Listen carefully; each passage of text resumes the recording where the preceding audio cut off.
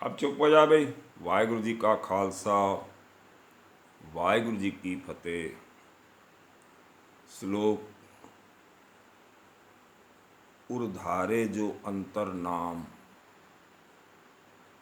ਜਿਹੜਾ व्यक्ति अंदर नाम उच्चारदा ਰਹਿੰਦਾ ਹੈਗਾ, ਸਰਬ में पेखे भगवान, और ਸਾਰਿਆਂ ਵਿੱਚ ਭਗਵਾਨ ਨੂੰ ਵੇਖਦਾ ਹੈ।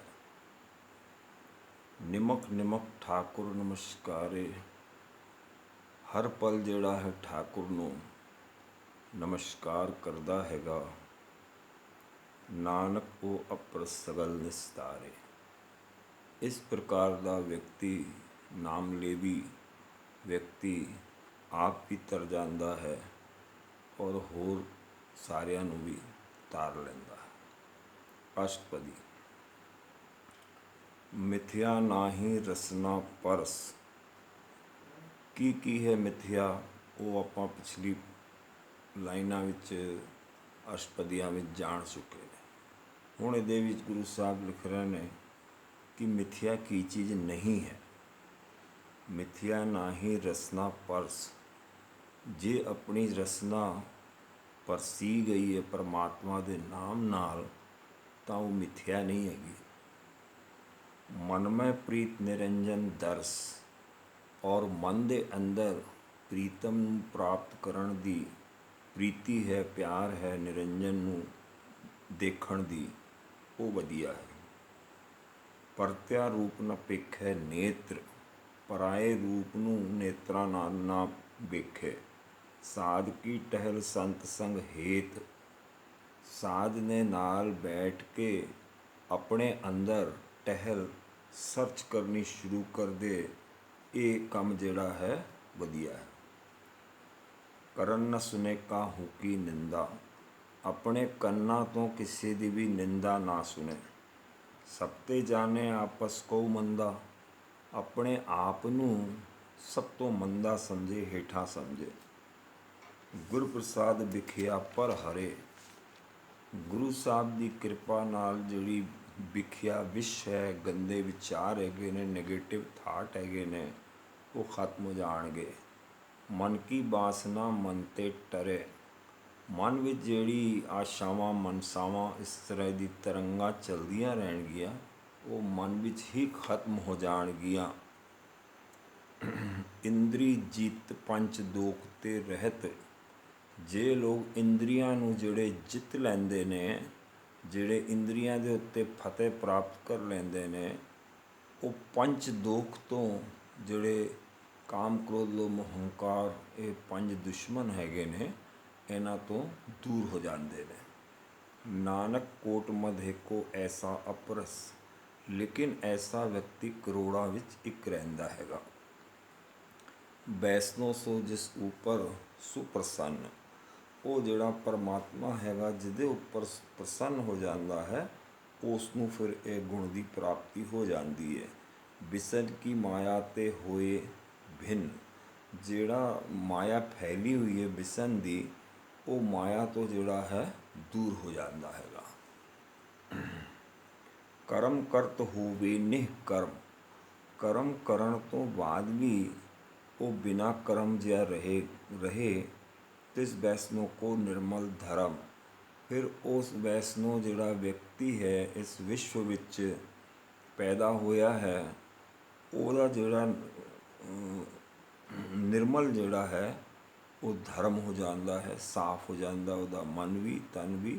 ਉਹ ਜਿਹੜੀ ਵੀ ਫਿਰ ਗਤੀਵਿਧੀਆਂ ਉਹ ਕਰਦਾ ਹੈ, ਉਹ ਨਿਰਮਲ ਕਰਦਾ ਹੈਗਾ, ਪਿਓਰ ਕਰਦਾ ਹੈ। ਕਾਹੂ ਫਲ ਕੀ ਇੱਛਾ ਨਹੀਂ ਬਾਛੇ। ਕੋਈ ਵੀ ਫਲ ਪ੍ਰਾਪਤੀ ਦੀ ਇੱਛਾ ਉਹਦੇ ਮਨ ਵਿੱਚ ਨਹੀਂ ਰਹਿੰਦੀ ਹੈ।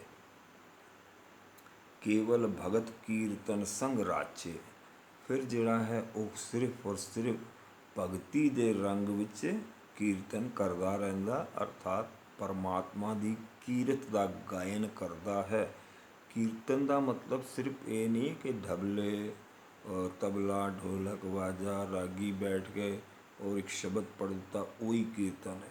ਕੀਰਤਨ ਦਾ ਮਤਲਬ ਹੈ ਪ੍ਰਭੂ ਦੀ ਕੀਰਤ ਗਾਣਾ। ਯਦੀ ਮੈਂ ਮੂੰਹ ਨਾਲ ਵੀ ਬੋਲ ਰਿਹਾ ਹਾਂ ਤਾਂ ਵੀ ਉਸ ਦਾ ਕੀਰਤ ਦਾ ਗਾਇਨ ਚੱਲ ਰਿਹਾ, ਕੀਰਤਨ ਕਹਿਲਾਂਦਾ ਹੈ। ਕੇਵਲ ਭਗਤ ਕੀਰਤਨ ਸੰਗ ਰਾਚੇ, ਮਨ ਤਨ ਅੰਤਰ ਸਿਮਰਨ ਗੋਪਾਲ। ਮਨ ਦੇ ਅੰਦਰ ਜਿਹੜਾ ਹੈ ਉਹ ਸਿਮਰਨ ਗੋਪਾਲ ਦਾ ਚਾਲੂ ਹੋ ਜਾਂਦਾ, ਚੱਲਦਾ ਰਹਿੰਦਾ। ਸਭ ਉੱਪਰ ਹੋਵਤ ਕਿਰਪਾਲ, ਸਾਰਿਆਂ ਦੇ ਉੱਤੇ ਜਿਹੜਾ ਹੈ ਉਹ ਮਨੁੱਖ ਕਿਰਪਾਲੂ ਹੋ ਜਾਂਦਾ ਹੈ। ਪਰਮਾਤਮਾ ਉਹਦੇ 'ਤੇ ਕਿਰਪਾਲੂ, ਫਿਰ ਉਹ ਦੂਜਿਆਂ ਨੂੰ ਆਪਣੀ ਮਦਦ ਦਾ ਜਿਹੜਾ ਹੈ ਉਹ ਕਰਦਾ ਰਹਿੰਦਾ, ਦਿੰਦਾ ਰਹਿੰਦਾ ਮਦਦ। ਭਾਈ ਤੂੰ ਵੀ ਸੁਣ ਔਰ ਪਰਮਾਤਮਾ ਦੀ ਕੀਰਤ ਦਾ ਗਾਇਨ ਕਰ, ਪਹਿਲੇ ਸਮਝ ਆਪ ਫਿਰ ਦੂਜਿਆਂ ਨੂੰ ਸਮਝਾ। ਆਪ ਦ੍ਰਿੜੇ ਅਵਰਹ ਨਾਮ ਜਪਾਵੇ। ਉਹ ਵਿਅਕਤੀ ਆਪਣੇ ਆਪ ਪਹਿਲੇ ਦ੍ਰਿੜ ਹੋ ਜਾਂਦਾ ਹੈ, ਫਿਰ ਦੂਜਿਆਂ ਨੂੰ ਜਪਵਾਉਂਦਾ ਹੈ। ਇਸ ਪ੍ਰਕਾਰ ਇਸ ਗੱਲ ਤੋਂ ਇਹ ਸਮਝ ਆਉਂਦਾ ਹੈ, ਪਹਿਲੇ ਆਪਾਂ ਆਪ ਪ੍ਰੈਕਟਿਸ ਕਰੀਏ, ਆਪ ਜਪੀਏ, ਫਿਰ ਲੋਕਾਂ ਨੂੰ ਜਿਹੜੀ ਹੈ ਜਾਂਚ ਸਿਖਾਈਏ ਕਿ ਇਸ ਤਰੀਕੇ ਨਾਲ ਤੁਸੀਂ ਜਪੋਗੇ ਤਾਂ ਫਿਰ ਜਿਹੜਾ ਹੈ ਉਹਨੂੰ ਵੀ ਦ੍ਰਿੜਤਾ ਆ ਜਾਏਗੀ, ਇਸ ਨੂੰ ਵੀ ਦ੍ਰਿੜਤਾ ਆ ਜਾਏਗੀ। ਦ੍ਰਿੜਤਾ ਦਾ ਖੇਲ ਜਿਹੜਾ ਹੈ ਗੁਰੂ ਸਾਹਿਬ ਦੱਸ ਕੇ ਗਏ ਨੇ, ਸਮਝਾ ਕੇ ਗਏ ਨੇ। ਪਹਿਲੇ ਆਪ ਜਪੋ, ਫਿਰ ਹੋਰ ਨੂੰ ਜਪਵਾਓ। ਨਾਨਕ ਉਹ ਵੈਸਨੋ ਪਰਮਗਤ ਪਾਵੇ। ਫਿਰ ਐਸਾ ਜਿਹੜਾ ਵਿਅਕਤੀ ਹੈ, ਜਿਹੜਾ ਵਿਸ਼ਵ ਵਿੱਚ ਪੈਦਾ ਹੋਇਆ ਹੈ, ਉਸ ਨੂੰ ਪਰਮ ਗਤੀ ਦੀ ਪ੍ਰਾਪਤੀ ਹੋ ਜਾਂਦੀ ਹੈ। ਭਗਉਤੀ ਭਗਵੰਤ ਭਗਤ ਕਾ ਰੰਗ। ਜਿਹੜਾ ਇਸ ਪ੍ਰਕਾਰ ਦਾ ਜਪਣ ਵਾਲਾ ਉਸ ਨੂੰ ਭਗਉਤੀ ਆਖਦੇ ਨੇ। ਭਗਵੰਤ ਜਿਹੜਾ ਭਗਵਾਨ ਹੈਗਾ, ਔਰ ਜਿਸ ਪਾਸੇ ਉਹ ਗਤੀ ਕਰ ਰਿਹਾ ਭਲੇ ਪਾਸੇ ਭਗਵਾਨ ਨੂੰ ਮਿਲਣ ਦੀ ਜਿਹੜੀ ਕੋਸ਼ਿਸ਼ ਕਰ ਰਿਹਾ ਬੰਦਾ, ਉਹ ਫਿਰ ਉਹਦੇ ਰੰਗ ਵਿੱਚ ਰੰਗੀ ਜਾਂਦਾ ਹੈ। ਭਲੇ ਪਾਸੇ ਉਹਦੀ ਗਤੀ ਹੋ ਜਾਂਦੀ ਹੈ, ਔਰ ਭਲੇ ਪਾਸੇ ਰੰਗ ਵਿੱਚ ਜੰਮ ਜਾਂਦਾ, ਰੰਗੀ ਜਾਂਦਾ। ਸਗਲ ਤਿਆਗੇ ਦੁਸ਼ਟ ਕਾ ਸੰਗ। ਐਸਾ ਵਿਅਕਤੀ ਦੁਸ਼ਟ ਦਾ ਜਿਹੜਾ ਸੰਗ ਹੈ ਉਹ ਤਿਆਗ ਦਿੰਦਾ ਹੈ। ਮਨ ਤੇ ਬਿਨਸੇ ਸਗਲਾ ਭ੍ਰਮ। ਉਹਦੇ ਮਨ ਵਿੱਚ ਕਿਸੇ ਕਿਸਮ ਦਾ ਭ੍ਰਮ ਨਹੀਂ ਰਹਿੰਦਾ, ਸਾਰਾ ਭ੍ਰਮ ਖਤਮ ਹੋ ਜਾਂਦਾ ਹੈ। ਕਰ ਪੂਜੇ ਸਗਲ ਪਾਰ ਬ੍ਰਹਮ। ਉਹ ਫਿਰ ਐਸਾ ਵਿਅਕਤੀ ਪਾਰ ਬ੍ਰਹਮ ਦੀ ਪੂਜਾ ਵਿੱਚ ਲੱਗਿਆ ਰਹਿੰਦਾ ਹੈ। ਸਾਧ ਸੰਗ ਪਾਪਾਂ ਮਲ ਖੋਵੇ। ਸਾਧੂ ਦੇ ਸੰਗ ਰਹਿ ਕੇ ਪਾਪਾਂ ਵਾਲੀ ਮਤ ਮਲੀਨ ਜਿਹੜੀ ਹੈ, ਮਲ ਜਿਹੜੀ ਹੈ, ਗੰਦਗੀ ਜਿਹੜੀ ਹੈ ਖਤਮ ਹੋ ਜਾਂਦੀ ਹੈ। ਤਿਸ ਭਗਉਤੀ ਕੀਮਤ ਉੱਤਮ ਹੋਵੇ। ਫਿਰ ਐਸਾ ਜਿਹੜਾ ਸਿੱਖ ਹੈ, ਭਗਉਤੀ ਹੈ ਜਾਂ ਸਿੱਖ ਹੈ, ਉਸ ਦੀ ਜਿਹੜੀ ਮਤ ਹੈ ਉਹ ਵਧੀਆ ਹੋ ਜਾਂਦੀ ਹੈ, ਉੱਤਮ ਹੋ ਜਾਂਦੀ ਹੈ। ਭਗਉਤੀ ਮਤਲਬ ਮਨੁੱਖ ਜਿਹੜਾ ਭਗਤੀ ਕਰਨ ਵਾਲਾ ਹੈ। ਭਗਵੰਤ ਮਤਲਬ ਭਗਵਾਨ। ਭਗਤੀ ਮੇਰਾ ਮਤਲਬ ਜਿਹੜਾ ਪ੍ਰੋਸੈਸ ਹੈਗਾ, ਇੱਕ ਬੰਦਾ ਹੋ ਗਿਆ, ਇੱਕ ਭਗਵਾਨ ਹੋ ਗਿਆ, ਇੱਕ ਪ੍ਰੋਸੈਸ ਹੋ ਗਿਆ। ਭਲੇ ਪਾਸੇ ਗਤੀ ਜਿਸ ਬੰਦੇ ਦੀ ਹੈ ਉਹ ਭਗਤੀ ਰੰਗ ਵਿੱਚ ਰੰਗੀ ਗਿਆ। ਭਗਵਤੀ ਜਿਹੜਾ ਉਹ ਭਗਤੀ ਕਰ ਰਿਹਾ ਬੰਦਾ। ਭਗਵੰਤ ਮਤਲਬ ਭਗਵਾਨ। ਭਗਵੰਤ ਕੀ ਟਹਿਲ ਕਰੇ ਨਿਤ ਨੀਤ। ਭਗਵਾਨ ਦੀ ਜਿਹੜੀ ਇਹ ਟਹਿਲ ਹਮੇਸ਼ਾ ਕਰੇ, ਨਿਤ ਕਰੇ, ਹਰ ਪਲ ਕਰੇ। ਮਨ ਤਨ ਅਰਪੇ ਬਿਸਨ ਪ੍ਰੀਤ। ਔਰ ਜਿਹੜਾ ਭਗਵਾਨ ਦੀ ਪ੍ਰੀਤੀ ਵਿੱਚ ਲੱਗਿਆ ਰਵੇ। ਹਰ ਕੇ ਚਰਨ ਹਿਰਦੇ ਵਸਾਵੇ। ਹਰੀ ਦੇ ਚਰਨਾਂ ਨੂੰ ਜਿਹੜਾ ਹੈ ਹਿਰਦੇ ਵਿੱਚ ਵਸਾ ਕੇ ਰੱਖਦਾ ਹੈ। ਉਪਰਯੁਕਤ ਭਗਉਤੀ। ਨਾਨਕ ਐਸਾ ਭਗਉਤੀ ਭਗਵੰਤ ਕੋ ਪਾਵੇ। ਜਿਹੜਾ ਮਨੁੱਖ ਹਿਰਦੇ ਵਿੱਚ ਪਰਮਾਤਮਾ ਨੂੰ ਵਸਾ ਕੇ ਚੱਲਦਾ ਹੈ, ਉਸ ਨੂੰ ਭਗਵਾਨ ਫਿਰ ਦਰਸ਼ਨ ਦਿੰਦੇ ਨੇ। ਇਸ ਕਰਕੇ ਬਹੁਤ ਪਿੱਛੇ ਜਿਹੜੀ ਆਪਣੀ ਅਸ਼ਟਪਦੀਆਂ ਸੀ, ਜਿਸ ਵੀ ਜਨ ਨੂੰ ਦਰਸ਼ਨ ਦੀ ਪਿਆਸ ਰਹਿੰਦੀ ਹੈ, ਗੁਰੂ ਨਾਨਕ ਦੇਵ ਜੀ ਉਹਦੇ ਉੱਤੇ ਬਲਿਹਾਰਨੇ ਇਸੇ ਕਰਕੇ ਜਾਂਦੇ ਨੇ, ਕਿਉਂਕਿ ਹੌਲੀ ਹੌਲੀ ਪ੍ਰੋਸੈਸ ਸਟਾਰਟ ਹੋ ਜਾਏਗਾ ਔਰ ਐਸਾ ਭਗਉਤੀ ਭਗਵੰਤ ਨੂੰ ਪ੍ਰਾਪਤ ਕਰ ਲੈਂਦਾ ਹੈ। ਸੋ ਪੰਡਤ ਜੋ ਮਨ ਪਰ ਬੁੱਧ ਹੈ। वही स्कॉलर है, वही जानकार है, वही ज्ञानी है, वही विवेकी है जिसने अपने मन ਨੂੰ ਸਾਧ ਲਿਆ ਹੈ, ਪ੍ਰਬੋਧ ਕਰ ਲਿਆ ਹੈ। ਮਤਲਬ ਉਸ ਨੂੰ ਬੋਧ ਆ ਗਿਆ ਹੈ।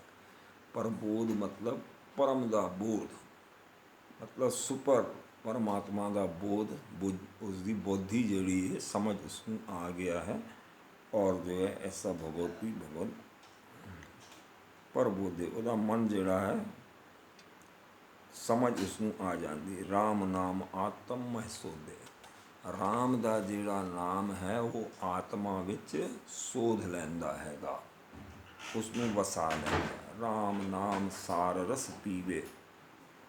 ਰਾਮ ਰੂਪੀ ਨਾਮ ਜਿਹੜਾ ਹੈ ਉਹਦਾ ਜਿਹੜਾ ਰਸ ਪੀਂਦਾ ਰਹਿੰਦਾ। ਉਸ ਪੰਡਤ ਕੇ ਉਪਦੇਸ਼ ਜਗ ਜੀਵੇ।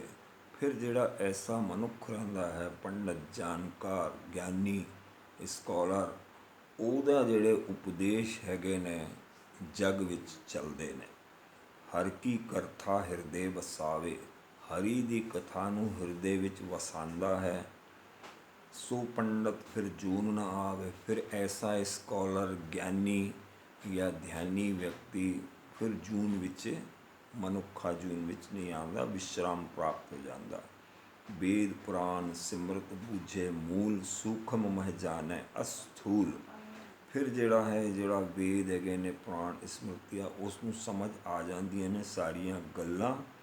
ਔਰ ਸੂਖਮ ਜਿਹੜਾ ਬਹੁਤ ਹੀ ਮਾਈਨਰ, ਸਟਲ, ਉਸ ਦੇ ਵਿੱਚ ਜਿਹੜਾ ਹੈ ਉਹਦੀ ਵੀ ਸਮਝ ਆ ਜਾਂਦੀ ਹੈ ਉਸਨੂੰ।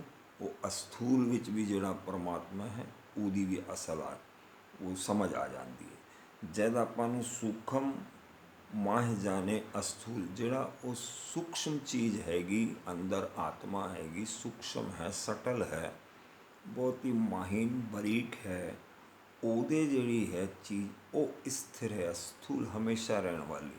ਔਰ ਜਿਹੜਾ ਬਾਹਰਲੇ ਪਾਸੇ ਆਪਣਾ ਦੁਨੀਆ ਦੇਖਣਾ, ਉਸ ਨੂੰ ਵੀ ਕਿਤੇ ਕਿਤੇ ਲਿਖਿਆ ਰਹਿੰਦਾ ਅਸਥੂਲ। ਤੋਂ ਦੋਹਾਂ ਚੀਜ਼ਾਂ ਦੀ ਸਮਝ, ਸੂਖਮ ਦੀ ਵੀ ਔਰ ਸਥੂਲ ਦੀ ਵੀ ਜੇ ਸਮਝ ਆ ਜਾਂਦੀ ਹੈ, ਐਸੇ ਵਿਅਕਤੀ ਨੂੰ ਨਮਸਕਾਰ ਹੈ। ਚਹੁਵਰਨਾ ਕੋ ਦੇ ਉਪਦੇਸ਼। ਚਾਰੇ ਵਰਣ ਜਿੱਤੇ ਹੈਗੇ ਨੇ ਉਹਨਾਂ ਨੂੰ ਫਿਰ ਉਹ ਉਪਦੇਸ਼ ਦੇਣ ਲਾਇਕ ਹੋ ਜਾਂਦਾ ਹੈ। ਨਾਨਕ ਉਸ ਪੰਡਤ ਕੋ ਸਦਾ ਆਦੇਸ਼। ਹੁਣ ਪੰਚਮ ਪਾਤਸ਼ਾਹ ਲਿਖਦੇ ਨੇ ਕਿ ਐਸੇ ਸਕਾਲਰ, ਜਾਣਕਾਰ, ਗਿਆਨੀ, ਧਿਆਨੀ ਵਿਅਕਤੀ ਨੂੰ ਸਦਾ ਸਦਾ ਨਮਸਕਾਰ ਹੈਗਾ। ਬੀਜ ਮੰਤਰ ਸਰਬ ਕੋ ਗਿਆਨ। ਉਸ ਨੂੰ ਬੀਜ ਮੰਤਰ ਕੀ ਹੈ ਉਹਦਾ ਗਿਆਨ ਰਹਿੰਦਾ ਹੈ। ਬੀਜ ਮੰਤਰ ਆਪਣਾ ਸਿੱਖਾਂ ਦਾ ਵਾਹਿਗੁਰੂ ਹੈਗਾ। ਮੂਲ ਮੰਤਰ ਇੱਕ ਓਂਕਾਰ ਸਤਿਨਾਮ ਕਰਤਾ ਪੁਰਖ ਨਿਰਭਉ ਨਿਰਵੈਰ ਅਕਾਲ ਮੂਰਤ ਅਜੂਨੀ ਸਾਹਿਬ ਹੈਗਾ। ਬੀਜ ਮੰਤਰ ਦੀ ਜਦ ਤੁਹਾਨੂੰ ਸਮਝ ਆ ਜਾਏਗੀ, ਤੁਸੀਂ ਬੀਜਾ ਪਾਓਗੇ ਤੇ ਵਰਕਸ਼ ਹੌਲੀ ਹੌਲੀ ਖੜਾ ਹੋਏਗਾ। ਚਹੁ ਵਰਨਾ ਮੈਂ ਜਪੇ ਕਉ ਨਾਮ। ਲੇਕਿਨ ਚਾਰੇ ਵਰਨਾਂ ਵਿੱਚ ਕੋਈ ਕੋਈ ਵਿਅਕਤੀ ਹੀ ਨਾਮ ਜਪਦਾ ਹੈ ਚੰਗੇ ਉਪਰਯੁਕਤ ਤਰੀਕੇ ਨਾਲ। ਜੋ ਜੋ ਜਪੇ ਤਿਸ ਕੀ ਗਤ ਹੋਈ। ਜੋ ਜੋ ਜਪਦਾ ਹੈਗਾ ਉਹਦੀ ਭਲੀ ਗਤੀ ਹੋ ਜਾਂਦੀ ਹੈਗੀ। ਸਾਧ ਸੰਗ ਪਾਵੇ ਮਨ ਜਨ ਕੋਏ। ਸਾਧੂ ਦਾ ਸੰਗ ਕੋਈ ਕੋਈ ਜਨ ਪਾਉਂਦਾ ਹੈ, ਹਰ ਕਿਸੇ ਨੂੰ ਸਾਧੂ ਦਾ ਸੰਗ ਵੀ ਪ੍ਰਾਪਤ ਨਹੀਂ ਹੁੰਦਾ। ਕਰ ਕਿਰਪਾ ਅੰਤਰ ਉਰਧਾਰੇ। ਇਹ ਗੱਲ ਆਪਣਾ ਜਿਹੜਾ ਅੰਦਰਲਾ ਪਾਸਾ ਹੈ, ਉਰ ਮਤਲਬ ਹਿਰਦੇ ਵਿੱਚ, ਉਸ ਨੂੰ ਧਾਰਨ ਕਰਕੇ ਰੱਖੋ। ਲੇਕਿਨ ਉਹ ਹੋਏਗਾ ਸਾਧੂ ਦਾ ਸੰਗ ਪ੍ਰਾਪਤ ਕਰਨ ਨਾਲ।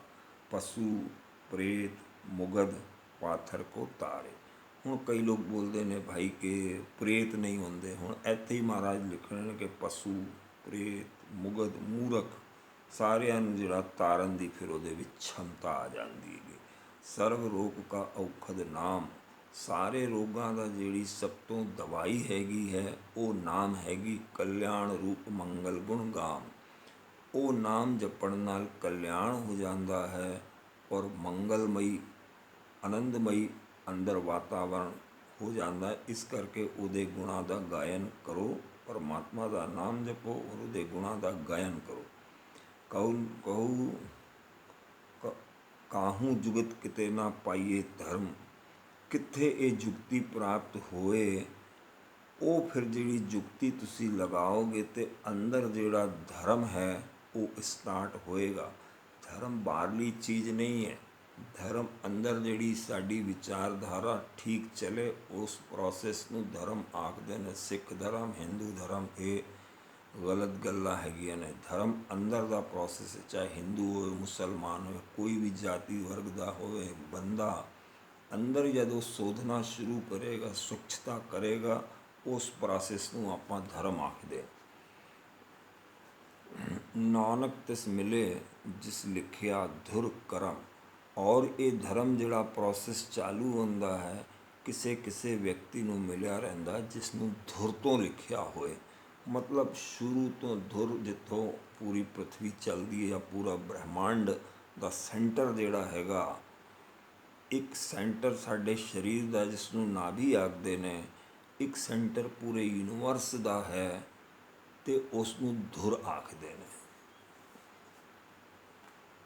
ਜਿਸਕੇ ਮਨ ਪਾਰ ਬ੍ਰਹਮ ਕਾ ਨਿਵਾਸ, ਜਿਹਦੇ ਮਨ ਵਿੱਚ ਪਾਰ ਬ੍ਰਹਮ ਦਾ ਨਿਵਾਸ ਹੈਗਾ, ਵਸਦਾ ਹੈ ਪਾਰ ਬ੍ਰਹਮ, ਤਿਸਕਾ ਨਾਮ ਸਤ ਰਾਮਦਾਸ।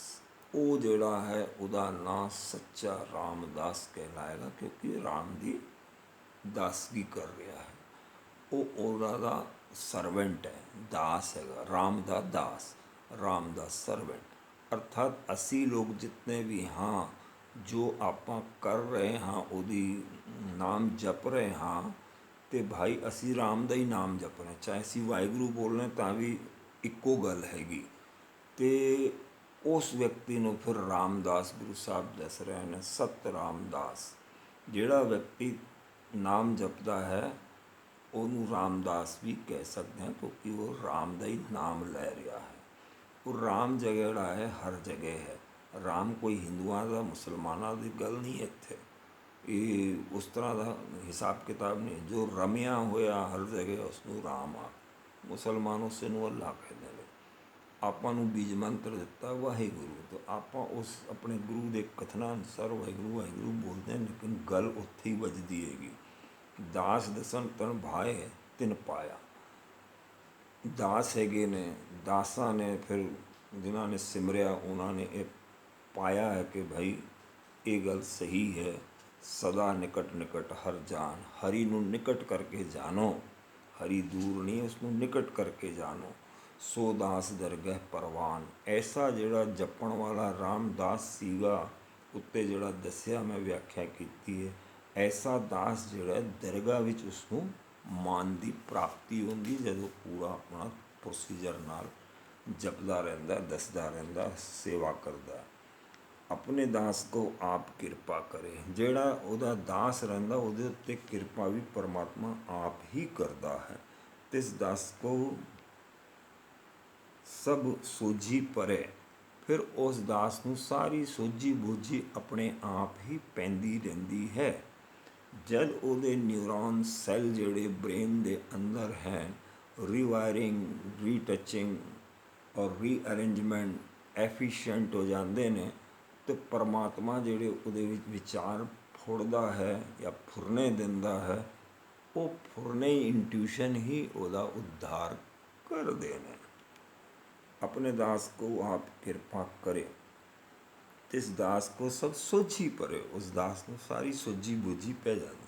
ਸਗਲ ਸੰਗ ਆਤਮ ਉਦਾਸ, ਲੇਕਿਨ ਉਹ ਆਤਮਾ ਨਾਲ ਹਮੇਸ਼ਾ ਉਦਾਸ ਜਿਹਾ ਰਹਿੰਦਾ। ਉਦਾਸ ਮਤਲਬ ਇਹ ਆਪਣੀ ਜਿਸ ਤਰ੍ਹਾਂ ਦੀ ਉਦਾਸੀ ਨਹੀਂ, ਨਿਊਟਰਲ ਰਹਿੰਦਾ। ਉਦਾਸ ਮਤਲਬ ਨਿਊਟਰਲ, ਨਾ ਹਰਖ ਨਾ ਸੋਗ, ਨਿਊਟਰਲ ਰਹੇਗਾ।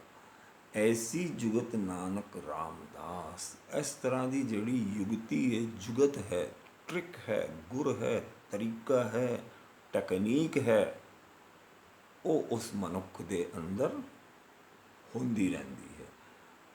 ਪ੍ਰਭ ਕੀ ਆਗਿਆ ਆਤਮ ਹਿਤਾਵੇ। ਉਹ ਜਿਹੜਾ ਵਿਅਕਤੀ ਹੈ ਪ੍ਰਭੂ ਦੀ ਆਗਿਆ ਨੂੰ ਆਤਮਾ ਵਿੱਚ ਬਿਠਾ ਲੈਂਦਾ ਹੈ। ਜੀਵਨ ਮੁਕਤ ਸੋਈ ਕਹਾਵੇ।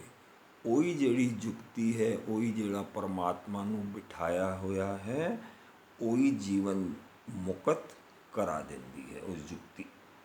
ਤੈਸਾ ਹਰਖ ਤੈਸਾ ਉਸੋ। ਫਿਰ ਇਹ ਉਸ ਬੰਦੇ ਨੂੰ ਨਾ ਕੋਈ ਹਰਖ ਰਹਿੰਦਾ ਹੈ, ਨਾ ਕੋਈ ਦੁੱਖ, ਨਾ ਤਕਲੀਫ, ਨਾ ਉਹਦੇ ਵਿਚਾਰਾਂ ਵਿੱਚ ਦੁੱਖ ਤਕਲੀਫ ਦੀ ਕੋਈ ਉਹ ਰਹਿੰਦੀ ਹੈ।